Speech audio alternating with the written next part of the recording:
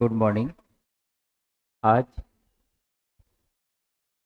सभी स्थानों पर ईद मनाया जा रहा है और ईद मनाने वाले जितने भी स्टूडेंट्स हैं, जितने भी भाई बहन हैं, ये जो भी हैं पूरे देश में, सभी ईद मनाने वाले को मेरी तरफ से बहुत बहुत शुभकामना है। आप सभी का जो मनोरथ है, मनोकामना है, वो पूर्ण हो, क्योंकि ये बहुत लंबा फास्टिंग का समय होता है। जैसा मैंने सुना है, लगभग 1 मंथ तक इसमें दिन भर जो ईद रखते हैं, जो रोज़ा रखते हैं, वो फास्टिंग में होते हैं। और ये बहुत बड़ा पर्व है आप सबों के लिए जो ईद मनाते हैं, और इसलिए आप सभी खुश रहें। ईश्वर आप सभी को सारी मनोकामना को पूर्ण करे, और यही मेरी शुभकामना है आप सभी ईद मनाने वाले को। तो happy Eid to all of you. चलिए, आज जो क्लास है वो ज़्यादा आगे नहीं चलेगा। आज हम ऑप्टिक्स नहीं बता रहे हैं, क्योंकि आज ईद है और ईद की छुट्टी ही रहेगी। और अब केवल इलेक्ट्रोमैग्नेटिक वेव का जो पहले हम टेस्ट लिए थे, उसी का क्वेश्चन का सॉल्व करेंगे। उस क्वेश्चन का सॉल्व करेंगे जो इलेक्ट्रोमैग्नेटिक वेव का लिए थे। आज ऑप्टिक्स में कोई क्लास नहीं चलेगा, क्योंकि बहुत सारे स्टूडेंट हैं जो कि आज ईद मना रहे हैं, उनका पर्व है, और इसलिए वो सब अपना अपना पर्व को सेलिब्रेट करें। और इसलिए आज हम कोई क्लास आगे नहीं ले रहे हैं, बस केवल इलेक्ट्रोमैग्नेटिक वेव का जो क्वेश्चन जो बताए थे टेस्ट में, उसी का केवल हम सॉल्व बताएंगे। तो ये ईद की सबको बहुत शुभकामनाएं। आगे क्वेश्चन जो है,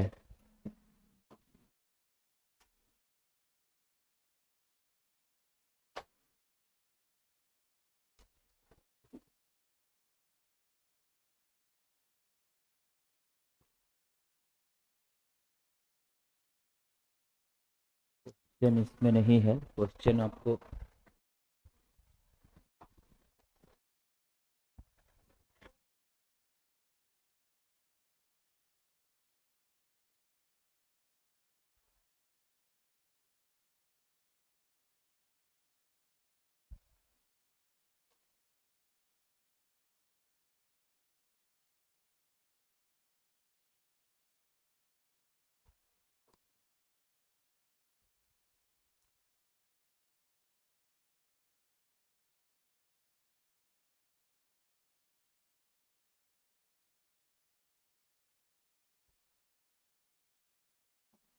तो आगे हम लोग अब क्वेश्चन को सॉल्व करेंगे।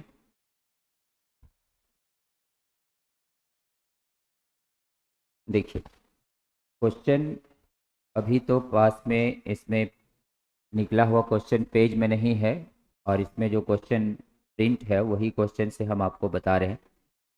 क्वेश्चन जो है, पहला क्वेश्चन होगा ऑब्जेक्टिव। देखिए भाई, सॉल्व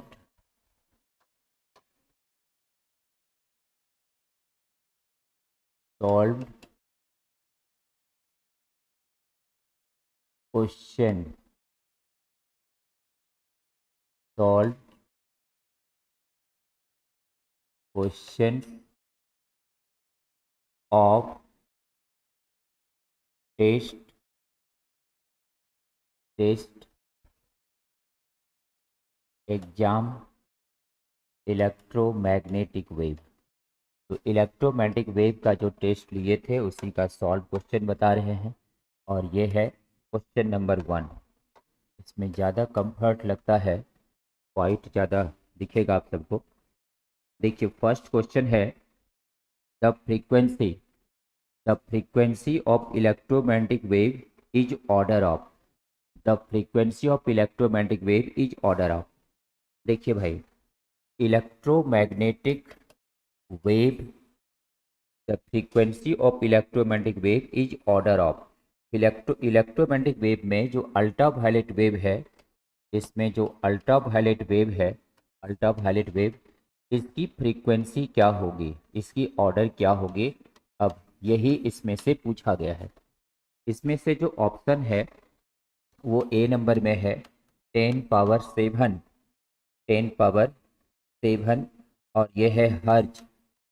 बी नंबर में है 10⁻14 हर्ज। सी नंबर में है 10⁻12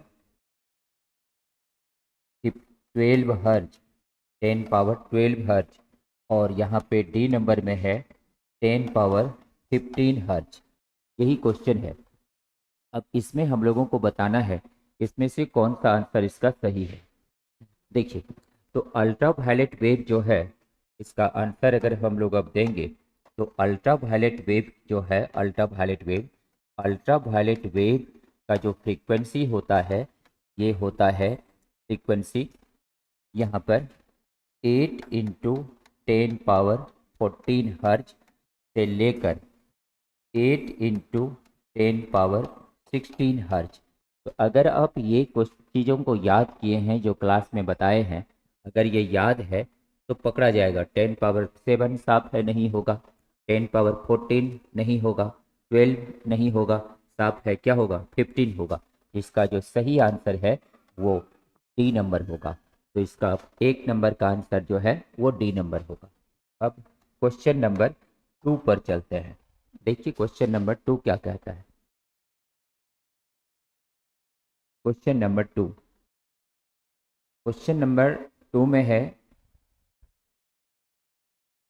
है प्रेशर। यहाँ पर कहता है pressure exerted by electromagnetic wave is I, electromagnetic wave of intensity I. Intensity का मान यहाँ पर आई दिया हुआ है। इंटेंसिटी इलेक्ट्रोमैग्नेटिक वेव का क्या है? आई है। इलेक्ट्रोमैग्नेटिक वेव का इंटेंसिटी क्या है? आई। इसके बाद कहता है इसमें जो वेलोसिटी है, स्पीड इसका दिया हुआ है, स्पीड इक्वल टू है सी। तो कहता है इसका प्रेशर कितना होगा? प्रेशर, तो प्रेशर का मान मांग रहा है। Pressure equal to what? इसमें ऑप्शन दिया हुआ है। ए नंबर में ऑप्शन है I into C, B number में ऑप्शन है I into C square, C number में ऑप्शन है आई बाय सी, और डी नंबर में ऑप्शन है आई बाय सी स्क्वायर। यही है। अब देखिए भाई, तो गौर करना है हम लोगों को, इसमें से प्रेशर का कौन सा सही होगा। तो इसमें प्रेशर के लिए बताए थे कि प्रेशर जो इलेक्ट्रोमैग्नेटिक वेव का होता है, प्रेशर तो प्रेशर जो इलेक्ट्रोमैग्नेटिक वेव का होता है, प्रेशर इक्वल टू, क्लास में बताए थे, एक दिन बोले थे कि इलेक्ट्रोमैग्नेटिक वेव में जो आज जो ये पॉइंट बता रहे हैं ये कंपटीशन के लिए बहुत इंपॉर्टेंट है। तो उसमें से थ्योरी आया था pressure equal to intensity by speed. तो प्रेशर पी इक्वल टू तब हो जाएगा आई बाय सी। इसका जो सही आंसर है वो सी नंबर होगा। तो क्वेश्चन नंबर 2 का सही आंसर होगा सी, और क्वेश्चन नंबर 1 का सही आंसर होगा डी। इसका हो गया डी, इसका हो गया सी। चलिए तेजी से नोट करते चलना है। ये नोट रहेगा तो बाद में आंसर, क्वेश्चन जिसके पास नहीं है तो क्वेश्चन तो फिर मिल ही जाएगा, नहीं तो फिर ये भी छूट जाएगा, क्वेश्चन और छूट जाएगा, सब छूट जाएगा। इसलिए ये आंसर लिख लेना है, फिर क्वेश्चन नहीं है तो क्वेश्चन हम भेज देंगे व्हाट्सएप पे।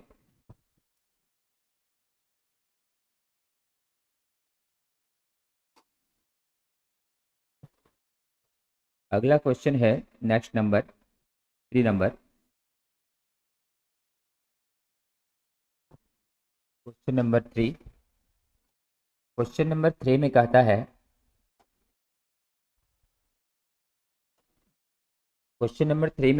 क्वेश्चन हम एक बार पूरा पढ़ रहे हैं क्वेश्चन नंबर 3 को। What is the force exerted by a photon of intensity 1.4 kilometre per metre square if it falls on a perfect perfect perfect absorber of radius 2 metre. Hindi है, फोटोन की तीव्रता 1.4 किलोवाट पर मीटर स्क्वायर है, द्वारा लगा बल क्या है जो 2 मीटर की त्रिज्या के गोलाकार सतह पर लगता है। देखिए भाई, यहाँ पर अब क्वेश्चन ये है कि 2 मीटर त्रिज्या का एक फोटोन है, इसका जो रेडियस दिया हुआ है आर का मान ये 2 मीटर है। इसमें आगे लिखता है ये रेडियस जो इतना दिया हुआ है 2 मीटर है, इसकी जो तीव्रता है इंटेंसिटी, इंटेंसिटी का मान यहाँ पर दे दिया है और इंटेंसिटी है 1.4 इंटू 1.4 इंटू नहीं है 1.4 और यह है किलो वाट पर मीटर स्क्वायर। तो क्वेश्चन कहता है कि व्हाट इज द फोर्स, इस पर फोर्स का क्या मान होगा, इस पर फोर्स निकालना है, फोर्स हम लोगों को निकालना है, इस पर कितना होगा। इसका ऑप्शन दिया हुआ है, इसमें ऑप्शन क्या क्या है देखिए। ए नंबर में है 10 पावर 8 न्यूटन, बी नंबर में है 8.322 into 10 power 4 newton, C number में है 2.35 इंटू 10 पावर -4 न्यूटन और डी नंबर में है 8.8 इंटू 10 पावर -8 न्यूटन। यही है। अब हम लोग को बताना है इसमें से क्या सही आंसर होगा। देखिए भाई, तो अब गौर करना है, फोर्स निकालना है। फोर्स सीधा निकलेगा नहीं, फोर्स निकालने के लिए पहले प्रेशर निकालना पड़ेगा। प्रेशर इक्वल टू फार्मूला अभी बताए थे, इंटेंसिटी बाय स्पीड। इंटेंसिटी का मान दिया हुआ है, इंटेंसिटी का मान है 1.4 किलो है, तो कितना होगा, यहाँ पे किलो है ना, तो 10 पावर 3 और यहाँ पर कितना हो गया, और सी का मान कितना होगा, सी का मान हो जाएगा 3 और इंटू 10 पावर कितना 8, 14 है और ये 3 है, कितना लगेगा 4 और यहाँ कितना बचा 2, यह हो जाएगा 6 और इंटू 10 पावर -5, ये क्या निकला न्यूटन पर मीटर स्क्वायर। ये क्या आ गया, प्रेशर आ गया। अब यहाँ से हम लोगों को निकालना है इसका force. Pressure equal to formula होता है force by area. Pressure equal to formula क्या होता है, फोर्स बाय एरिया। यहाँ से फोर्स निकालना है, फोर्स इक्वल टू क्या होगा, प्रेशर इंटू एरिया। ये चूंकि गोलाकार है और इसीलिए एरिया का मान 4 पाई आर स्क्वायर, तो P इंटू हो गया 4 पाई इंटू आर स्क्वायर। अब सभी का मान पुट कर देना है, तो F इक्वल टू P का मान 0.46 into 10 power -5 into 4 into 3.14 into 2 square. सभी को मल्टीप्लाई कीजिए, 4 इंटू 4 कितना हुआ 16, ये 16 इंटू 3.14 इंटू 0.46 और इंटू 10 पावर कितना है -5। अब इसको सॉल्व करना पड़ेगा, कितना आता है सॉल्व करके देखना है, कौन सा आंसर है इसका सॉल्व करके।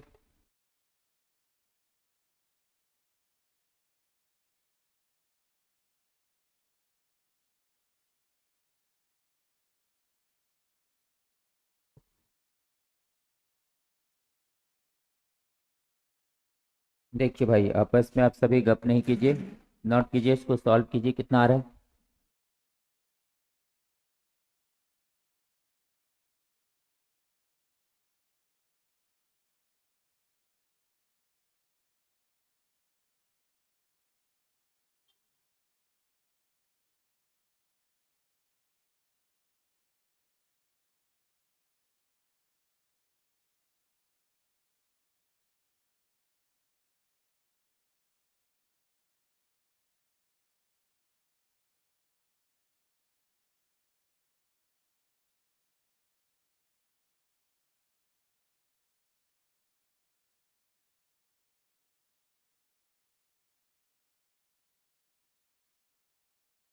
कौन सा हुआ, कौन सा हुआ 2.33 ना, 2.33 इंटू 10 पावर 4 सही है।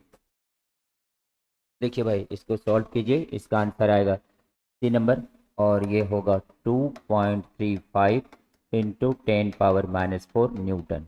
तो इसका आंसर सी नंबर होगा और ये इसका सी नंबर आंसर हुआ तीसरे का। ये क्वेश्चन सब आप देख सकते हैं कि सभी तरह का क्वेश्चन दिए थे, कंपटीशन का भी था, बोर्ड का भी था, तो मैं सभी तरह का मिक्स क्वेश्चन था जो बहुत सिस्टमेटिक क्वेश्चन बना था। आगे क्वेश्चन नंबर 4 पे चलते हैं। देखिए क्वेश्चन नंबर 4, क्वेश्चन नंबर 4 क्या कहता है। देखिए भाई, मोबाइल में ही क्वेश्चन है इसलिए बार बार इसे देखना पड़ रहा है। देखिए क्वेश्चन है इसमें, क्वेश्चन 4 पर है, which of the following electromagnetic wave has highest wavelength. किस विद्युत चुंबकीय तरंग का तरंगदैर्घ्य सबसे अधिक है। ए है x rays, x rays. B में है अल्ट्रा वायलेट वेव। सी में है इंफ्रारेड रेज। और डी में है माइक्रोवेव, माइक्रोवेव। तो रेडियो वेव से गामा वेव की ओर जाते हैं तो वेवलेंथ क्या होता है, घटता है। गामा वेव से रेडियो वेव की ओर जाते हैं तो क्या होता है, वेवलेंथ बढ़ता है। तो साफ है, यहाँ पर एक्सरे है, अल्ट्रावायलेट है, इंफ्रा है, माइक्रो है। तो फ्रीक्वेंसी उसका सबसे कम होगा, इसलिए वेवलेंथ सबसे ज़्यादा होगा। तो यहाँ पे लिख सकते हैं since frequency, frequency of microwave is minimum, is minimum, so wavelength is maximum, so wavelength is maximum। इसलिए वेवलेंथ सबसे ज़्यादा किसका होगा यहाँ, माइक्रोवेव का। इसका आंसर होगा डी नंबर। क्वेश्चन नंबर 5 पे चलते हैं। क्वेश्चन नंबर 5, देखिए क्वेश्चन 5 में क्या है, कहता है an accelerated electron would produce, an accelerated electron would produce मतलब त्वरित इलेक्ट्रॉन उत्पन्न कर सकता है, त्वरित इलेक्ट्रॉन उत्पन्न कर सकता है। तो त्वरित इलेक्ट्रॉन क्या उत्पन्न कर सकता है, इसमें ऑप्शन दिया हुआ है। ए नंबर, ए नंबर में है अल्फा रेज। बी नंबर में है beta rays, alpha rays, beta rays. और सी नंबर में है गामा, सी नंबर में है गामा रेज, गामा रेज। और डी नंबर में है इलेक्ट्रोमैग्नेटिक वेव, डी नंबर में है इलेक्ट्रोमैग्नेटिक वेव। देखिए भाई, एक त्वरित इलेक्ट्रॉन क्या उत्पन्न कर सकता है, क्वेश्चन है त्वरित इलेक्ट्रॉन। ये त्वरित इलेक्ट्रॉन हुआ क्या, जैसे कि मान लेते हैं कि ये एक इलेक्ट्रॉन है, इसको त्वरित करने के लिए साफ है इस पर एक फोर्स लगाना पड़ेगा। फोर्स लगाने से इसमें एक्सलेशन डेवलप होगा। जब ये चलने लगेगा इलेक्ट्रॉन, तो ये इलेक्ट्रॉन जो है, अब ये इलेक्ट्रॉन एक वेव को जनरेट करेगा, और ये वेव क्या होगा, इलेक्ट्रोमैग्नेटिक वेव होगा। इसलिए इसका सही जवाब होगा डी नंबर। एक त्वरित इलेक्ट्रॉन जो है एक्सीलरेटेड, एक त्वरित इलेक्ट्रॉन याद रखना है कि गामा वेव उत्पन्न करता है। यहाँ पर अल्फा नहीं होगा क्योंकि अल्फा धन आवेश है, बीटा क्या है, ऋण आवेश है, गामा क्या है, विद्युत चुंबकीय तरंग है। लेकिन ये इलेक्ट्रोमैग्नेटिक वेव जो है यहाँ पर, तो सभी इसमें आ जाता है, इसलिए इसमें इलेक्ट्रोमैग्नेटिक वेव इसका आंसर होगा। आगे क्वेश्चन नंबर 6 पर चलते हैं। देखिए क्वेश्चन नंबर 6 क्या है। क्वेश्चन नंबर 6 में कहता है frequency of wave is 6 into 10 power 15 hertz, the wave is। यदि तरंग की आवृत्ति 6 इंटू 10 पावर 15 हर्ज है तो वह कौन सा तरंग है। यदि तरंग की आवृत्ति 6 इंटू 10 पावर 15 हर्ज है तो कौन सा तरंग है। देखिए इसमें से चार ऑप्शन दिया हुआ है। पहला ऑप्शन है यहाँ पर रेडियो वेव, रेडियो वेव, पहला है रेडियो वेव। नंबर बी में है, नंबर बी में है माइक्रोवेव, माइक्रोवेव। नंबर सी में है, नंबर सी में है एक्स रेज, एक्स रेज। और नंबर डी में है, नंबर डी में है ultra violet wave, ultraviolet wave. देखिए भाई, तो क्वेश्चन है कि 6 इंटू 10 पावर 15, क्वेश्चन ये है कि 6 इंटू 10 पावर 15 हर्ज उत्पन्न कर रहा है। तो 6 इंटू 10 पावर 15 किस में आता है?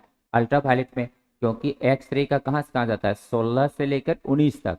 यहाँ कितना है? 15, इसलिए इसका जवाब क्या होगा? अल्ट्रावायलेट। तो इसमें भी जवाब होगा डी नंबर, ये अल्ट्रावायलेट वेव उत्पन्न करेगा। तो 6 इंटू 10 पावर 15 हर्ज जो है अल्ट्रावायलेट वेव उत्पन्न करेगा। क्वेश्चन नंबर है 7। देखिए भाई, क्वेश्चन नंबर 7 है, 7 नंबर पढ़ रहे हैं question. Electromagnetic wave can deflect by, विद्युत चुंबकीय तरंग विचलित हो सकता है किसके द्वारा? ए नंबर, केवल विद्युत क्षेत्र में, बी नंबर केवल चुंबकीय क्षेत्र में, सी नंबर दोनों में, इसमें से कोई नहीं। देखिए भाई, क्वेश्चन कहता है कि विद्युत चुंबकीय तरंग किसमें विचलित हो सकता है?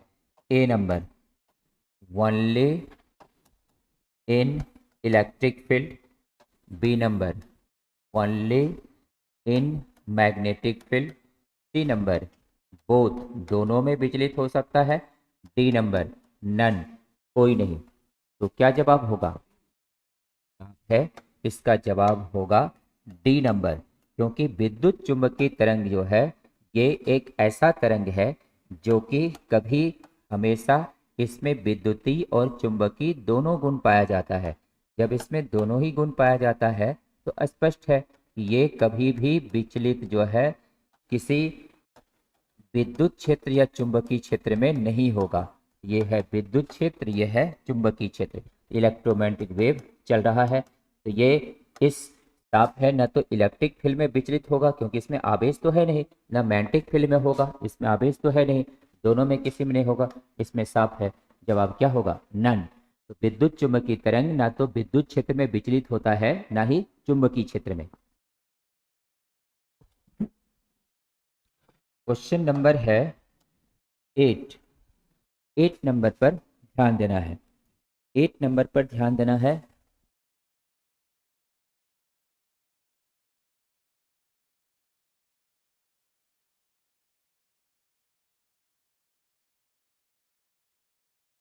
देखिए भाई, तो गौर कीजिए, अगला नंबर 8 में है when when a wave when a wave enters a medium what does not change। जब तरंग एक माध्यम में प्रवेश करता है इसमें क्या नहीं बदलता है? जब एक तरंग माध्यम में प्रवेश करता है यानी विद्युत चुंबकीय तरंग माध्यम में प्रवेश कर जाए तो उसमें क्या नहीं बदलता है? Frequency, wavelength, velocity, amplitude. तो देखिए भाई, क्या नहीं बदलता है? ए नंबर में है फ्रीक्वेंसी, बी नंबर में है वेवलेंथ, सी नंबर में है वेलोसिटी और डी नंबर में है एम्पलीट्यूड। तो देखिए, जब विद्युत चुंबकीय तरंग किसी माध्यम में प्रवेश करेगा उसमें साफ है इसका वेवलेंथ, वेलोसिटी बदल सकता है, एम्पलीट्यूड भी बदल सकता है, लेकिन इसका आवृत्ति कभी नहीं बदलता है। जैसे कि प्रकाश एक विद्युत चुंबकीय तरंग ही है, और यदि यहाँ पर ये एक फर्स्ट मीडियम है, ये सेकेंड मीडियम है, और इसमें अगर ये लाइट इसमें प्रवेश कर गया तो पता है इसमें फ्रीक्वेंसी जो है नो चेंज, फ्रीक्वेंसी चेंज जो है नहीं करेगा, इसका जो वेवलेंथ ये चेंज हो जाता है, इसका जो स्पीड है ये भी चेंज हो जाता है, ये भी चेंज हो जाएगा, और इसका जो एम्पलीट्यूड ये भी चेंज हो जाएगा। ये सब चेंज हो जाएगा लेकिन इसका फ्रीक्वेंसी चेंज नहीं करेगा, इसलिए इसका जवाब होगा ए नंबर। तो ये जो क्वेश्चन नंबर 8 है इसका जवाब होगा ए नंबर, तो ए नंबर इसका जवाब होगा। चलिए आगे बढ़ें और अगला क्वेश्चन हम लोगों का क्वेश्चन नंबर 9 है। क्वेश्चन नंबर 9 है। सभी क्वेश्चन जो इसमें दिए थे सभी एक से एक था क्वेश्चन, चाहे वो न्यूमेरिकल था चाहे थ्योरी था, सभी क्वेश्चन थॉट पे आधारित, कंसेप्ट पे आधारित था। देखिए अगला नंबर है 10 नंबर, और 10 नंबर क्वेश्चन क्या कहता है, गौर करना है। 10 नंबर में है N electromagnetic radiation has an energy 13.2 kilo electron volt, then the radiation belong to the region, then the radiation belong to the region। Question है विद्युत चुंबकीय तरंग विकिरण का ऊर्जा 13.2 किलो इलेक्ट्रॉन वोल्ट है, तब यह विकिरण किस क्षेत्र में है। देखिए भाई, इसमें ऊर्जा का मान दे दिया है, तो कहता है यह किस क्षेत्र में है। इस क्षेत्र का भी नाम दिया हुआ है, यह है विजिबल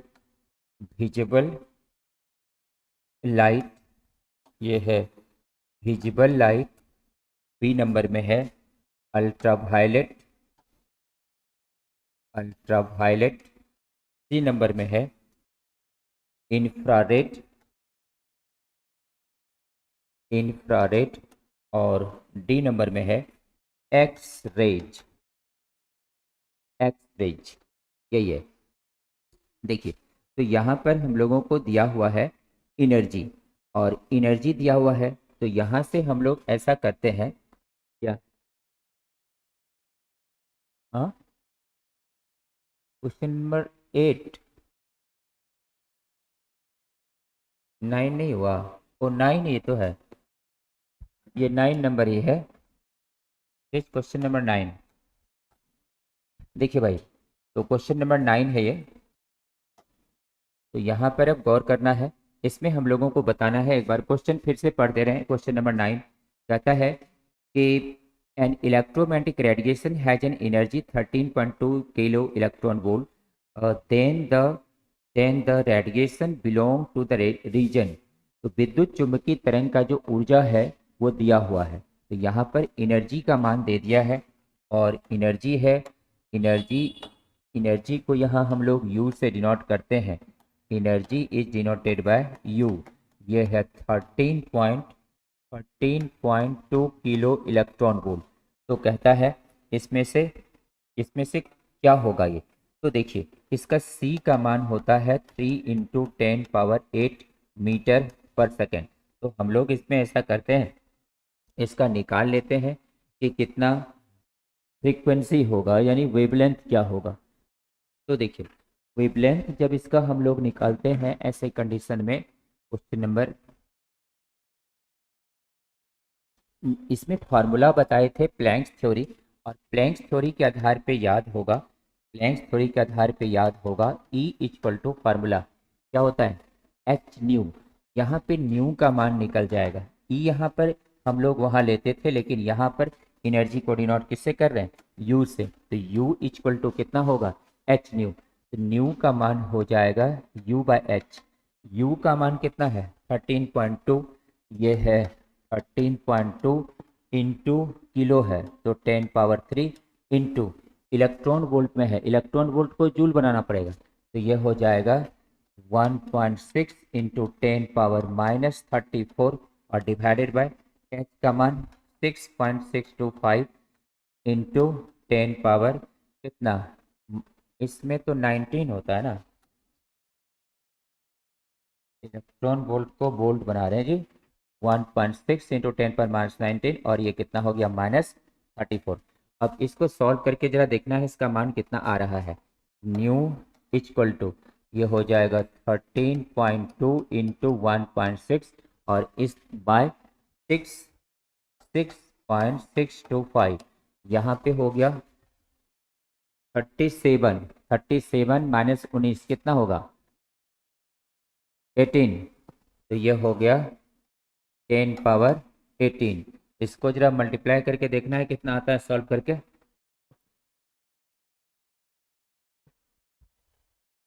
न्यू का मान कितना आता है, तो इसको यहाँ से हम होगा तो मल्टीप्लाई कर देते हैं, 13.2 इंटू 1.6 बाई 6.625, हाँ कितना आया,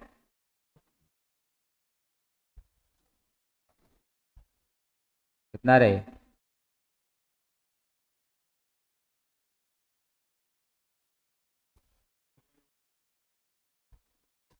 3.1 इंटू 10 पावर 18 हर्ज। तो साफ है कि 10 पावर 16 से 10 पावर 19, तो कौन है ये? 18 है इसका। कौन होगा? X rays. तो ये क्या होगा? एक्स रेज होगा डी नंबर। तो इसका डी नंबर होगा।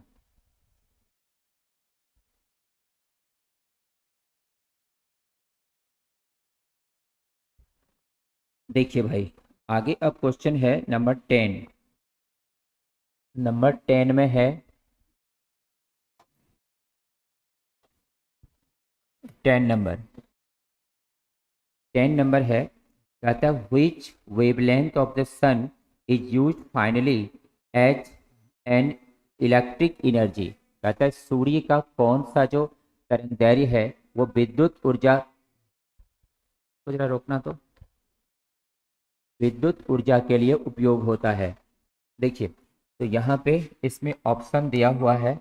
ए नंबर में ऑप्शन दिया हुआ है radio wave. Radio wave. B number में ऑप्शन दिया हुआ है इंफ्रारेड वेव। और सी नंबर में ऑप्शन दिया हुआ है विजिबल वेव। Visual wave. और डी नंबर में ऑप्शन दिया हुआ है, डी नंबर में है माइक्रोवेव। तो क्वेश्चन है कि कौन सा इसमें से कौन सा ऐसा विद्युत चुंबकीय तरंग है जो सूर्य से निकलता है और उसमें जो है वो बिजली उत्पन्न होता है। तो बिजली किस में उत्पन्न हो सकता है? तो रेडियो वेव तो संचार के लिए उपयोग होता है। इंफ्रारेड तो हीट देता है, उष्मा।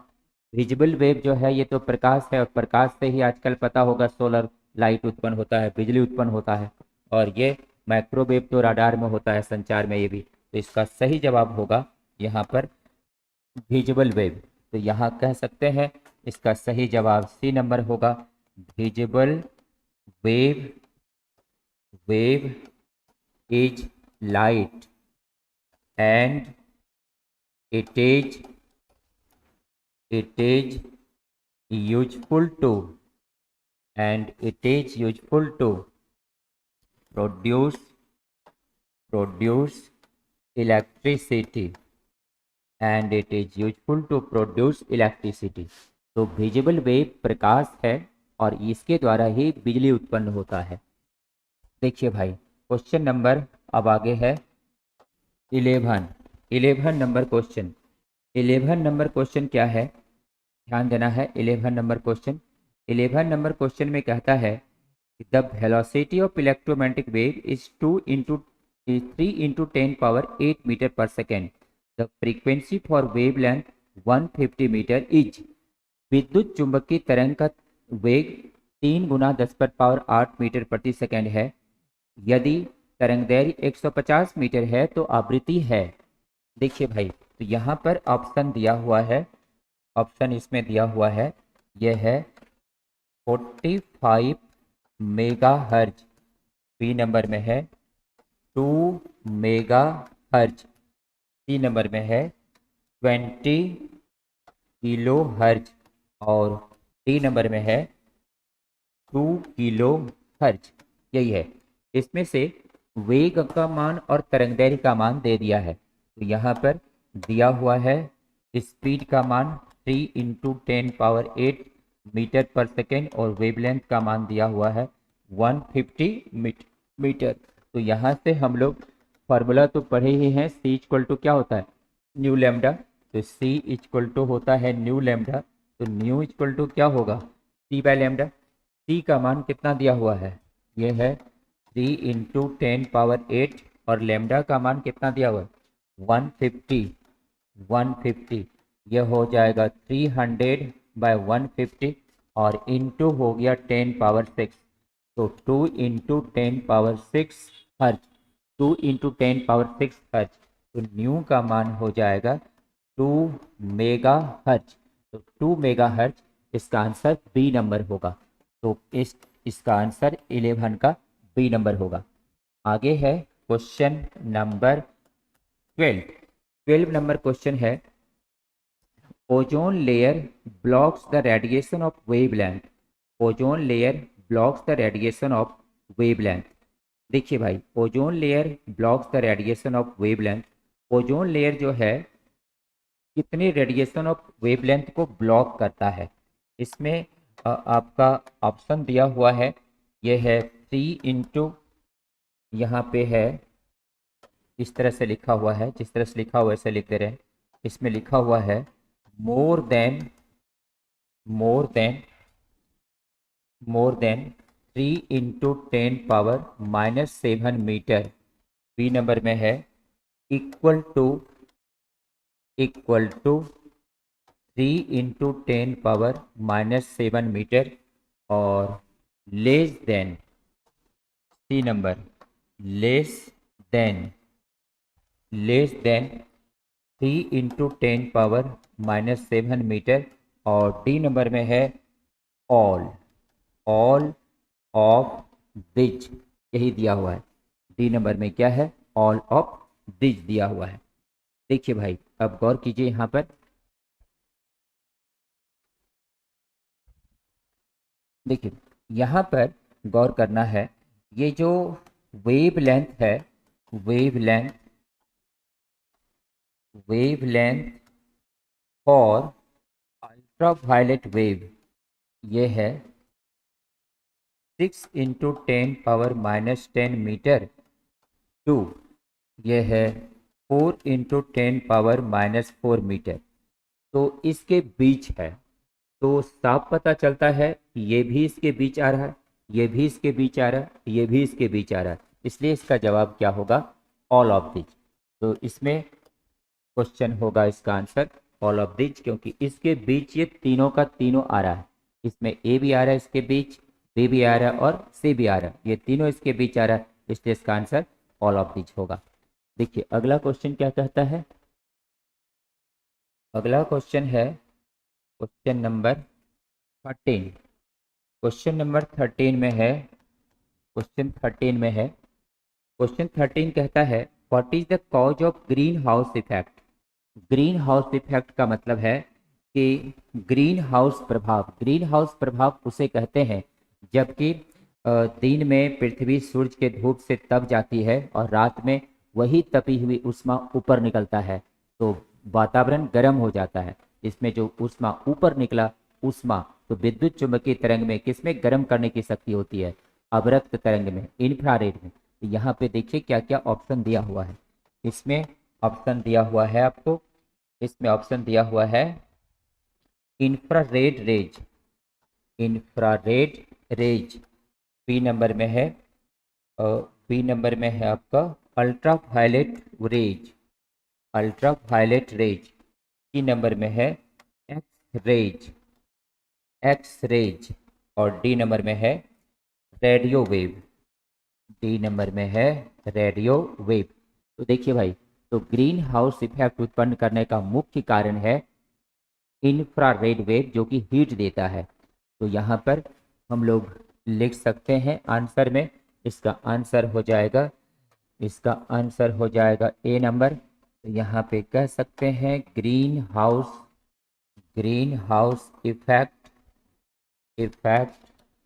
Is depend upon the radiation of heat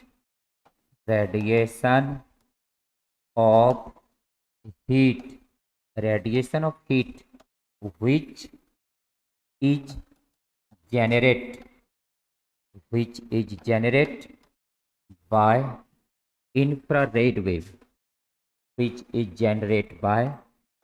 infrared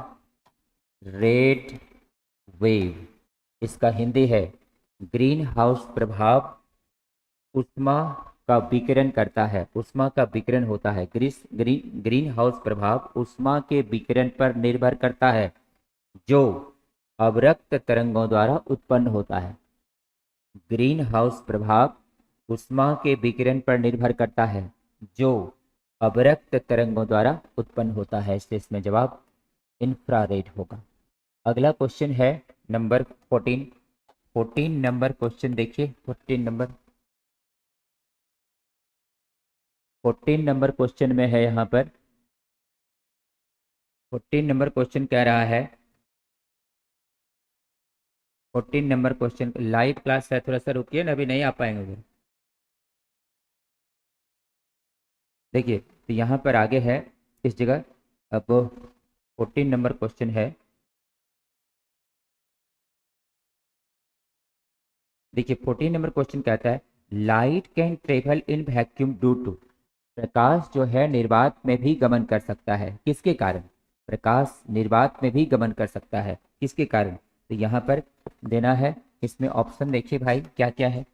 option है इसमें ट्रांसवर्स नेचर, इसमें ऑप्शन है ट्रांसवर्स नेचर मतलब अनुप्रस्थ प्रकृति। उसमें हिंदी और इंग्लिश दोनों में दिए थे क्वेश्चन, हम क्वेश्चन हिंदी इंग्लिश दोनों में दिए थे, जिसने टेस्ट दिए होंगे उसको पता होगा, हिंदी इंग्लिश दोनों में क्वेश्चन दिए थे। आगे लिखता है यहाँ पर कि बी नंबर में लिखता है ट्रांसवर्स के बाद electromagnetic nature, electromagnetic nature, electromagnetic nature. उसके बाद सी नंबर में लिखता है, सी नंबर में longitudinal nature, longitudinal nature, longitudinal nature. और डी नंबर में लिखता है, डी नंबर में लिखता है both, both B and C, both B and C. देखिए भाई गौर कीजिए, यहाँ पर गौर करना है। ये जो 14 नंबर है इसमें कहता है कि प्रकाश इसमें से किस गुण के कारण निर्वात में भी चलता है। तो प्रकाश अनुप्रस्थ के कारण नहीं चलता है, प्रकाश अनुप्रस्थ के कारण तो निर्वात में भी चलता है, माध्यम में भी चलता है। प्रकाश में विद्युत चुंबकीय प्रकृति पाई जाती है, जिसके चलते ये निर्वात में चलता है, क्योंकि सभी विद्युत चुंबकीय तरंग निर्वात में चलता है। तो प्रकाश विद्युत चुंबकीय गुण के कारण निर्वात में चलता है। तो यहाँ पर हम लोग इसका आंसर देंगे इलेक्ट्रोमैग्नेटिक वेव। बी नंबर इसका आंसर होगा। लाइट ट्रेवल करता है इलेक्ट्रोमैग्नेटिक नेचर के कारण निर्वात में। Question number 15।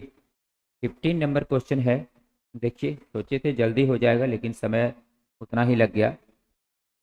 देखिए भाई क्वेश्चन नंबर 15 में है, 15 पढ़ रहे हैं, क्वेश्चन ध्यान देना है। The structure of solid is investigated by wave using.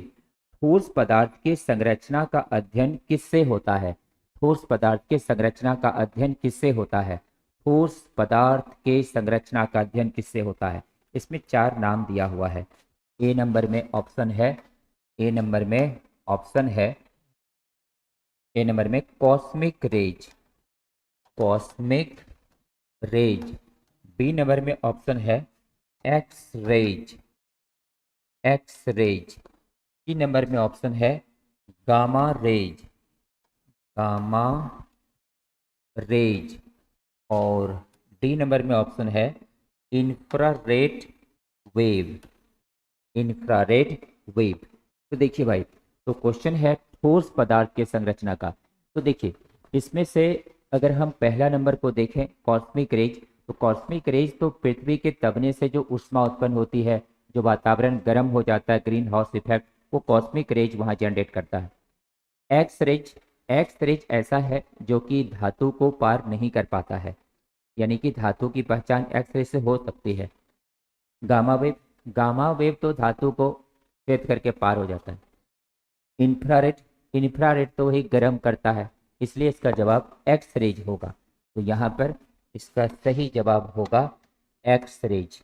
तो X rays, x rays is useful to identify, identified the nature, identified the nature of solid, identified the nature of solid, nature of solid. तो ठोस पदार्थ के संरचना का अध्ययन करने के लिए हम लोग एक्स किरणों का यूज करते हैं। आगे है नंबर 16 और ये रहा 16 नंबर क्वेश्चन कहता है conduction current is same as displacement current. चालन धारा विस्थापन धारा के बराबर होता है। किसके लिए? केवल एसी के लिए, केवल डीसी के लिए, दोनों के लिए, किसी के लिए नहीं। तो यहाँ पर इसमें से ए नंबर में है ओनली एसी, बी नंबर में है ओनली डीसी, सी नंबर में है बोथ और डी नंबर में है नन। देखिए भाई, तो चालन धारा विस्थापन धारा के बराबर होता है एसी के लिए भी और डीसी के लिए भी, इसलिए जवाब क्या होगा इसमें? बोथ। तो इसका जवाब होगा बोथ। तो यहाँ पर चालन धारा दोनों के लिए इंपॉर्टेंट है, एसी के लिए भी और डीसी के लिए भी। तो यहाँ पर लिख सकते हैं इसका answer C number, the conduction and displacement, the conduction and displacement current is same for AC alternating current and DC direct current। तो याद रखना है चालन और विस्थापन धारा जो कि मैक्सवेल वैज्ञानिक ने बताए थे वो दोनों के लिए बराबर होता है, एसी के लिए भी और डीसी के लिए भी। इसलिए जवाब क्या होगा? बोथ। आगे नंबर है 17 नंबर पर अब हम लोग आए हैं। देखिए 17 क्या कहता है, the radiation pressure in newton per metre square of visible light of order of. दृश्य प्रकाश के विकिरण का दाब, दृश्य प्रकाश के विकिरण का दाब कितना होता है? तो दृश्य प्रकाश के विकिरण का दाब कितना होता है यही पूछा गया है। तो दृश्य प्रकाश के विकिरण का दाब यहाँ पर है 10⁻², बी नंबर में है 10⁻⁴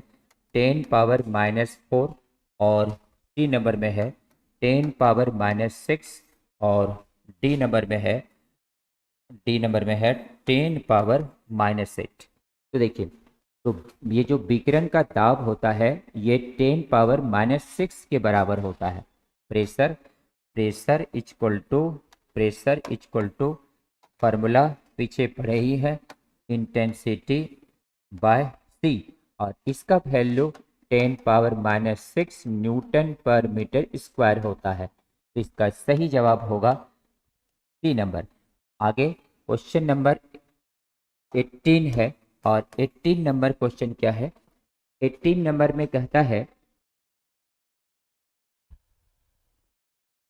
frequency order of gamma rays, x rays, ultraviolet, ABC. देखिए भाई, फ्रीक्वेंसी जो है वो ए है, किसका? फ्रीक्वेंसी ए है गामा वेव का, ये गामा वेव जो है इसका जो फ्रीक्वेंसी है वो ए है, और फिर ये फ्रीक्वेंसी हो गया गामा वेव का। उसके बाद फ्रीक्वेंसी जो यहाँ पर अल्ट्रावायलेट वेव का है, फ्रीक्वेंसी अल्ट्रावायलेट वेव का बी है, और फ्रीक्वेंसी जो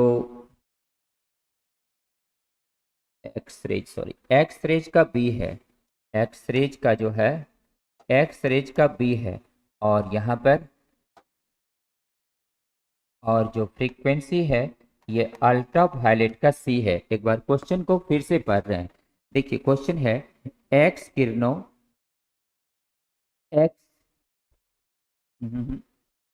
frequency order of gamma raise, यानी गामा रेज का पहले है, उसके बाद जो है एक्स रेज का है, उसके बाद जो है अल्ट्रावायलेट का है, ए बी सी। तो कहता है इसमें से कौन सही संबंध है ये बताना है। इसका सही संबंध कौन है? ए नंबर में है ए ग्रेटर देन बी और B less than C. B number में है A greater than B and B greater than C. C number में है A greater than B and B less than C. और D number में है A equal to B equal to C. यही है। अब चलिए इसको यहाँ से हम लोग 18 नंबर पे चल रहे हैं। देखिए 18 नंबर, गौर कीजिए यहाँ पर भाई, फ्रीक्वेंसी ये कौन है? अल्ट्रावायलेट से इसका ज़्यादा होगा, इससे इसका ज़्यादा होगा। तो यहाँ पर फ्रीक्वेंसी जो है ये अल्ट्रावायलेट से ज़्यादा होगा। इसका इसका एक्स रे का, एक्स रे से भी ज़्यादा होगा। किसका? गामा का। यहाँ क्या हो गया? C greater than B, B greater than A. कौन होगा? B number. तो इसका सही जवाब जो है बी नंबर है। B is correct answer. आगे है क्वेश्चन नंबर 18 के बाद क्वेश्चन नंबर 19। देखिए भाई क्वेश्चन नंबर 19 पर हम लोग चलते हैं। क्वेश्चन नंबर 19 क्या कहता है? क्वेश्चन नंबर 19 में है, बस दो क्वेश्चन और है, 19 और 20। कहते हैं X rays of wavelength 1 angstrom have frequency. X किरणों का तरंगदैर्घ्य यदि 1 एंगस्ट्रम है तो उसकी आवृत्ति कितनी है? देखिए भाई इसका आवृत्ति का मान दिया हुआ है, इसमें आवृत्ति का मान दिया हुआ है। जिसके पास क्वेश्चन नहीं है वो व्हाट्सएप से संपर्क करेंगे, क्वेश्चन मिल जाएगा सभी को। ऐसे क्वेश्चन तो पहले बहुत विद्यार्थी स्क्रीनशॉट लेकर के भी बहुत क्वेश्चन जो है रखे हुए होंगे। तो यहाँ पर 3 × 10⁸ हर्ज बी नंबर में है। बी नंबर में है 3 × 10⁸ हर्ज। इसके बाद सी नंबर में है 3 × 10⁻10 हर्ज। और डी नंबर में है 3 × 10⁻15 हर्ज। यही है 3 × 10⁻15 हर्ज। देखिए भाई इसको सॉल्व करने के लिए, ये भी एक न्यूमेरिकल ही है, इसको सॉल्व करने के लिए हम लोगों को वेवलेंथ दिया हुआ है, एक्स रे का वेवलेंथ दिया हुआ है। और वेवलेंथ कितना दिया हुआ है? 1 एंगस्ट्रम। क्या निकालने का रहा है? फ्रीक्वेंसी।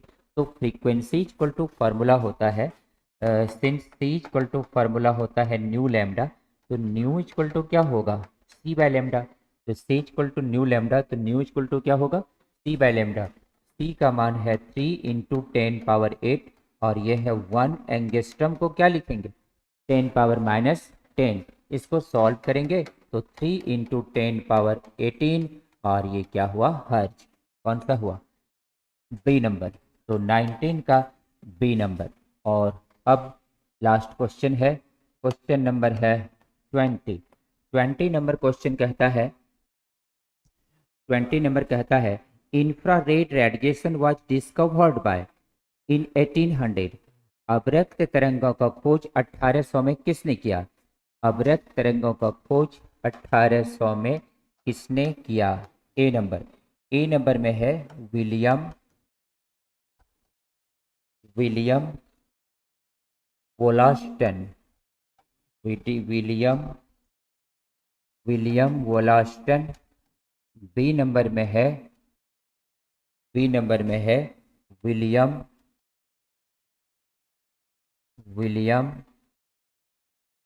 हर्शेल। और सी नंबर में है विलियम रोंटजेन।